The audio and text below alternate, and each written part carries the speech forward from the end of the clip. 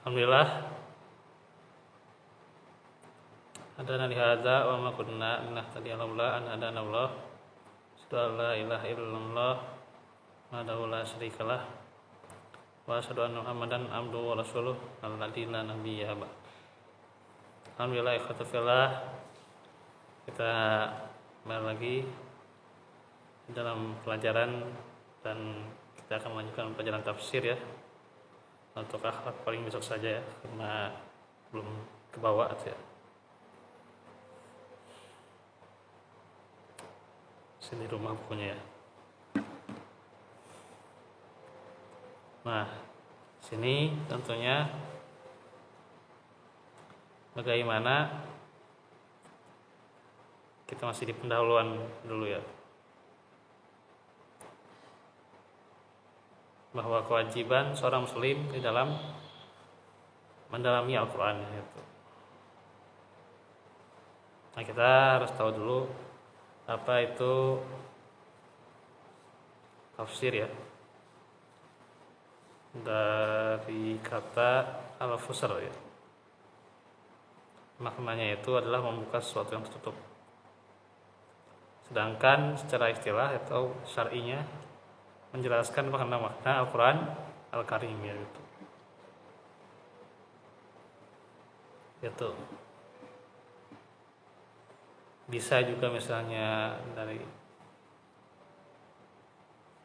berkata ya, dan pula perayat juga ya bisa ya. Demikian ya. Jadi menjelaskan makna Al-Quran ya gitu.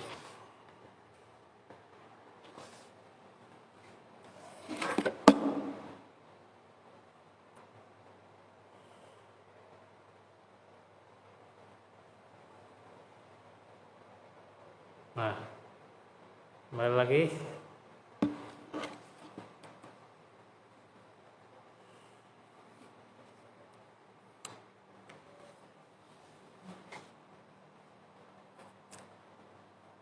sedangkan hukum pelajarinya adalah wajib ya, berdasarkan firman Allah ya, di mana Al-Quran itu ya turunkan ya, dengan penuh berkah yang sudah dijelaskan ya. Dan baru ayati waliyatadzakara ulul albab ya. Supaya kita memperhatikan ayat-ayatnya dan mendapatkan pelajaran bagi orang-orang yang punya pikiran. Dan juga surat Muhammad ayat 24 ya. Waliyatadzakkaruna al-Quran am ala qulubin aqfaluha. Maka apakah mereka tidak memperhatikan Al-Quran atau hati mereka terkunci ya. Ayat 24 surah Muhammad ya. Jelas nih ya. Apalagi ayat afala yatadabbaruna Al-Quran itu diulang-ulang itu. 3 kali ya. Di surat Muhammad itu 2 kali. Terus selainnya di surat An-Nisa ya.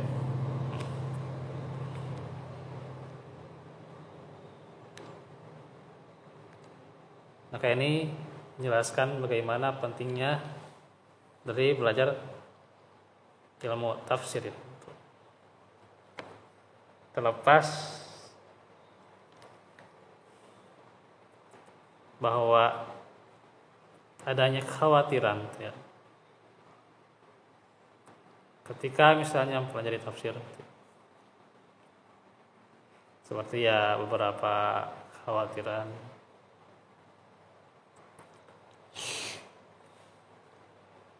tapi justru ya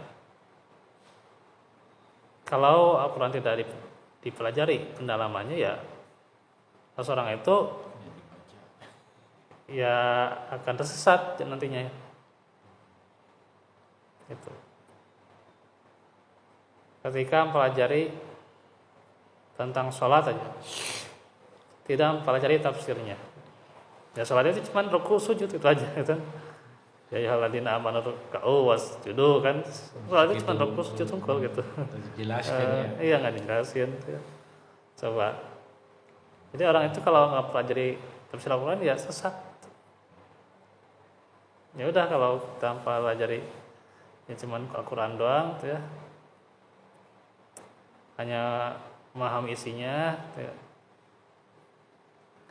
Kemudian tidak belajar tafsirnya itu ya pemahamannya jadi kemana gitu. Nah itu artinya kalaulah dikhawatirkan misalnya akan menafsirkan secara logika dan sebagainya itu. Nah itulah kita akan pelajari juga itu bagaimana ada tafsirnya dengan ayat lagi, ada dengan hadis, ada dengan bil makna ya, ada dengan tinjauan para ulama ya, dan sebagainya itu ya, ada itu.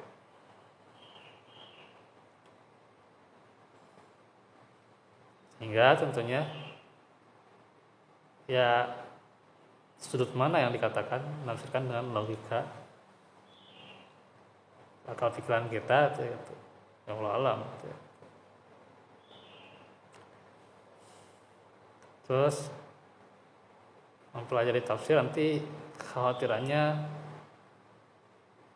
karena belum mendalam ilmunya itu ya, baru ya usia muda baru hijrah lah gitu, belajar tafsir ya berat katanya gitu, sehingga nantinya akan mengkol kesana kemari. Justru kalau tidak belajar tafsir yang mengkol itu justru aneh gitu kan. Tuh ini jadi di masyarakat ada kekhawatiran aneh gitu ya gitu.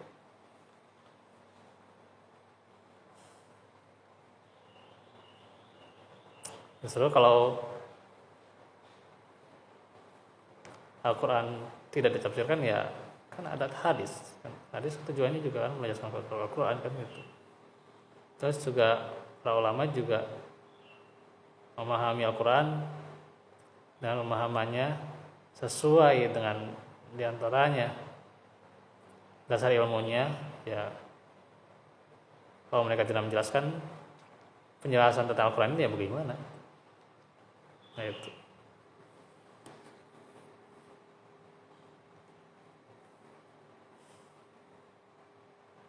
Karena di balik tujuan Al-Quran itu diturunkan ya harus dipelajari, didalami ya gitu. Iya. Ya didalami lewat ilmu tafsir gitu ya gitu. Iya.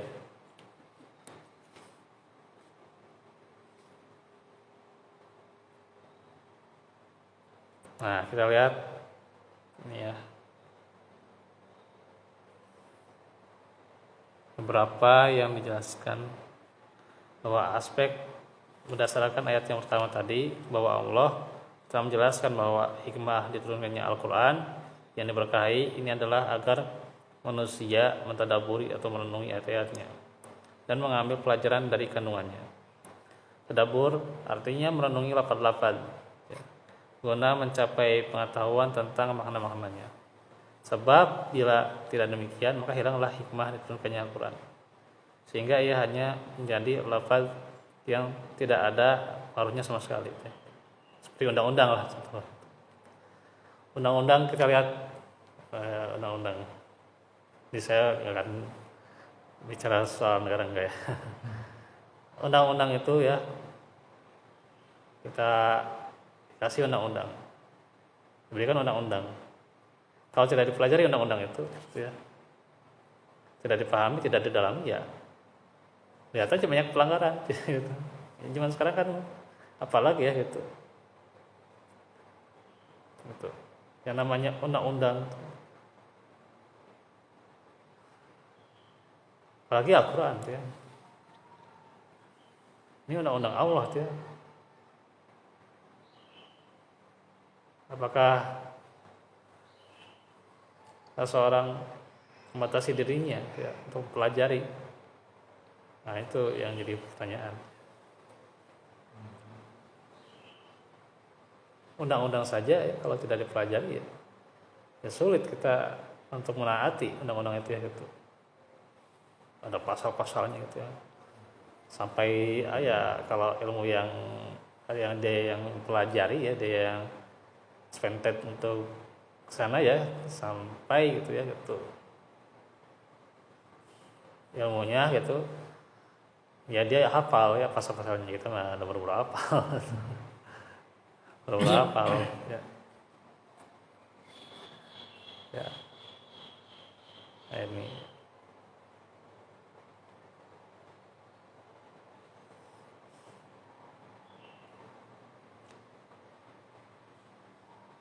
Pancasila saja kan ya, Pancasila kita tahu Pancasila 5 panca ya, kita tahu lah gitu.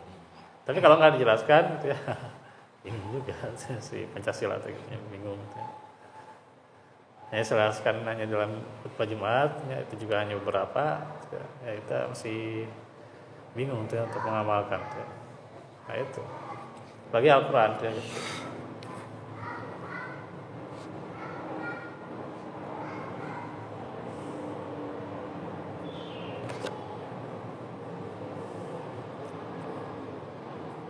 Hal lainnya karena tidak mungkin mengambil pelajaran dari kandungan Al-Quran tanpa memahami terlebih dahulu makna-maknanya, nggak mungkin ya gitu.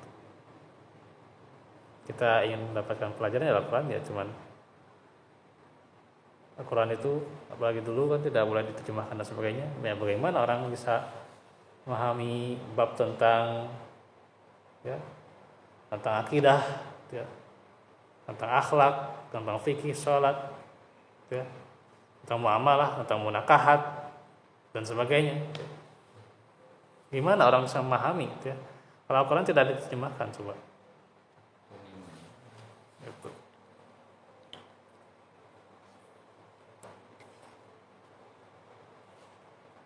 Nah itu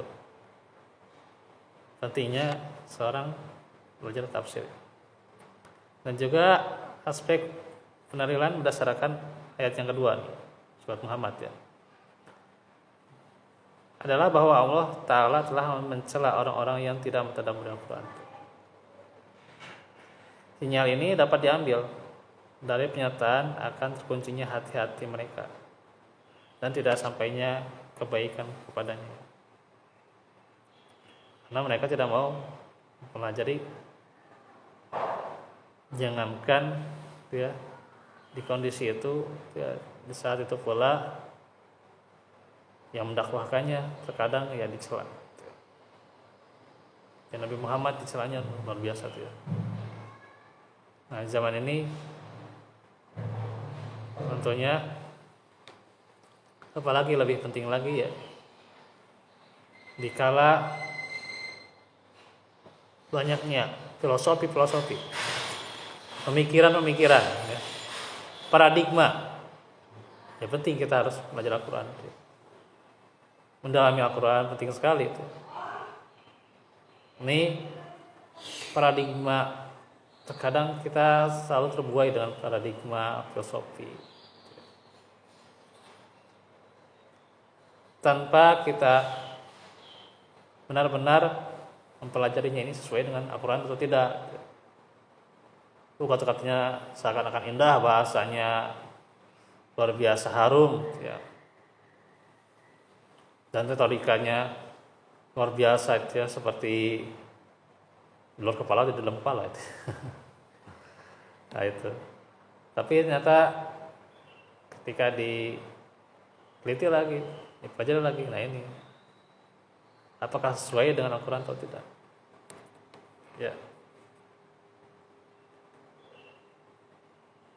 Maka ini ketimpangan yang terjadi. Nah, nanti ini kita dalami lagi ya, karena masih sebatas pendahuluan ya. Sebelum benar-benar kita ke tafsir aslinya ya, atau secara ininya ya, tafsir apa ya gitu nanti yang dipelajari. Jangan lain ya pendek-pendek lainnya gitu. Biasa ya gitu. Oleh itu ya.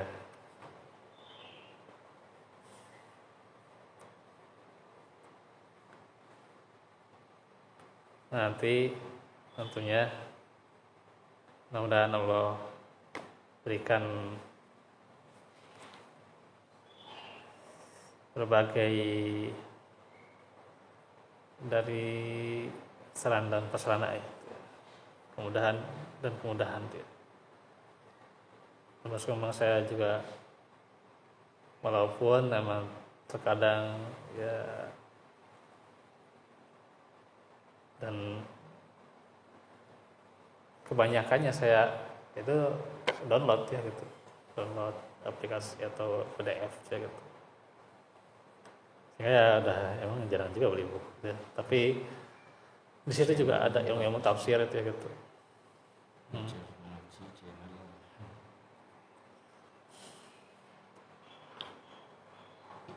Ya kalaupun saya dimudahkan itu untuk di buku ya insya Allah itu ya untuk lebih mendalami lagi karena tentunya lebih enak gitu ya secara aslinya mah gitu ya. Kalau dari PDF itu mah ya kalau kadang kurang ini maknanya juga kurang seret gitu ya, soalnya kandungannya jadi nggak masuk hati gitu. Nah ini makanya tentunya butuh terus ya sepakat ya minimal terus menghadiri kajian seperti ini ya gitu, terus semangat gitu agar tentunya dengan majelis saja Allah permudah setiap jalannya gitu.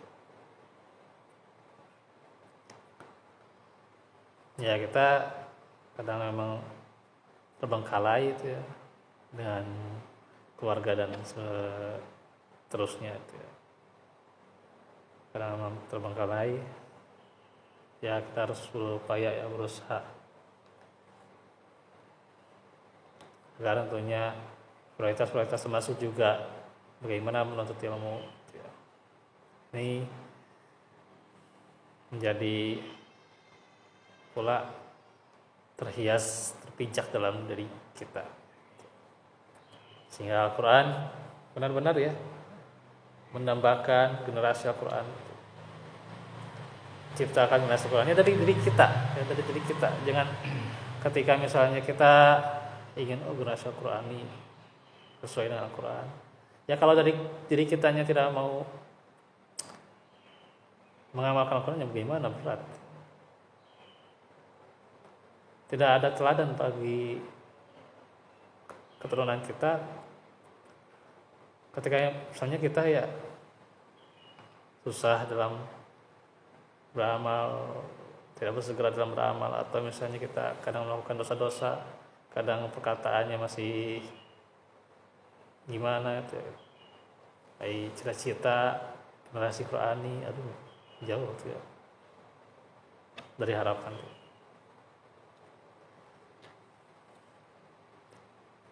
Ingin generasi Qurani juga yang canggih, kadang-kadang tidak melek gitu ya, tidak meleknya pada Quran ya, pada teknologi, pada biologi, sejarah, fisika dan ilmu-ilmu yang lain itu melek banget ya. Tapi tidak melek pada Al-Quran ya. Justru sebenarnya yang asli melek itu adalah melek pada Al-Quran gitu ya, bukan melek ilmu dunia seorang itu bisa mencapai paling tingginya atau nilai itu ya. Ya, kuliah paling tinggi gitu. Tapi ketika mereka Quran ditanya tentang Al-Quran bahkan bacanya juga susah nah, itu. Nah ini ya justru orang yang canggih itu benar-benar yaitu ya canggih juga dengan Al-Quran gitu. Kalau dia tidak canggih dengan Al-Quran ya dia bukan canggih namanya itu ya.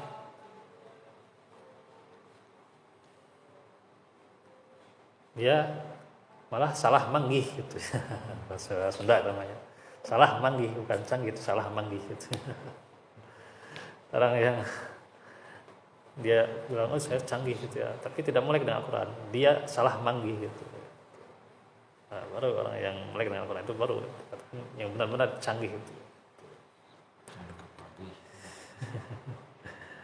Nah itu, oke, itu saja dahulu yang bisa disampaikan. Insyaallah nanti kita lanjutkan besok. Insyaallah mudah-mudahan Allah mudahkan ya. Saya mengingatkan juga jalan akhlak ya. Wa minkum wa fikum. Rabbana atina min rahmah wa Allah sudah Rabbana atina hasanah fil akhirati benar. Aku kalau ada astagfirullah li wa lakum. Assalamualaikum warahmatullahi wabarakatuh.